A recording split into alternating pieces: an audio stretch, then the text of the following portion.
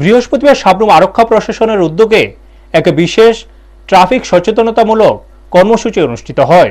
কর্মসূচিতে অংশ নেয় সাবরুম উচ্চতর মাধ্যমিক বিদ্যালয় ও সাবরুম পিএম শ্রী দ্বাদশ শ্রেণী বিদ্যালয়ের ছাত্রছাত্রীরা। জাতীয় সড়ক সাবরুম আগরতলা অংশে আয়োজিত এই কর্মসূচিতে শিক্ষার্থীরা পথ চলতি মানুষ ও গাড়ি চালকদের মধ্যে ট্রাফিক নিয়ম সম্পর্কে সচেতনতা বাড়ানোর উদ্যোগ নেয়। গাড়ির প্রয়োজনীয় নথিপত্র পরীক্ষা করা হয় এবং মোটরসাইকেল আরোহীদের হেলমেট ব্যবহারের গুরুত্ব বোঝানো হয়। সাংবাদিকদের মুখোমুখি হয়ে সাবরুম থানার ওসি অপু দাস বলেন, ছাত্রছাত্রীদের সম্পৃক্ত করে সাধারণ মানুষের মধ্যে ট্রাফিক আইন মানার প্রবণতা বাড়ানোই আমাদের লক্ষ্য। সড়ক দুর্ঘটনা রোধে সকলের সহযোগিতা অত্যন্ত জরুরি।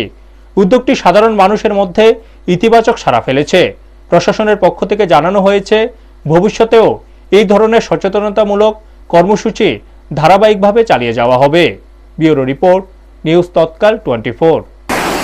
নিয়ে এবছর আমাদের পুলিশ উইক উপলক্ষে আমাদের বিভিন্ন কর্মসূচি থাকে।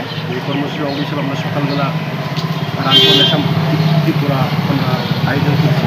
এখন আমাদের বিভিন্ন স্কুলের স্টুডেন্টদের নিয়ে ট্রাফিক অ্যাওয়ারনেস প্রোগ্রাম আমরা করছি।